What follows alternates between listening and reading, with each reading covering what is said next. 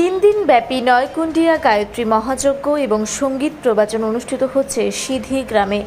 জয়পুর ব্লকের প্রান্তিক ঝাড়খণ্ড সীমান্তবর্তী সিধি গ্রামের জেলাডি মোড়ে মঙ্গলবার সাড়ম্বরে শুরু হয়েছে 3 দিন ব্যাপী নয়কুণ্ডিয়া গায়ত্রী মহাযজ্ঞ এবং সঙ্গীত প্রবচন। মঙ্গলবার 308টি মঙ্গল ঘট নিয়ে কলস যাত্রার মধ্য দিয়ে এই কর্মসূচির সূচনা হয়।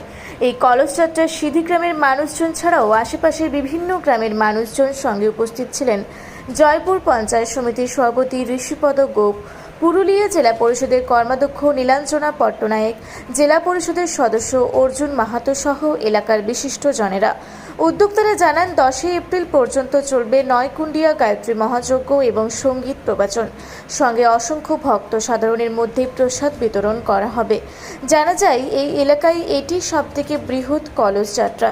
উদ্যোক্তারা জানাচ্ছেন এটি প্রথম বছর খুব সাড়ম্বরে আয়োজন করা হয়েছে। আগামী দিনে আরও বড় আকারে আয়োজন করার পরিকল্পনা রয়েছে।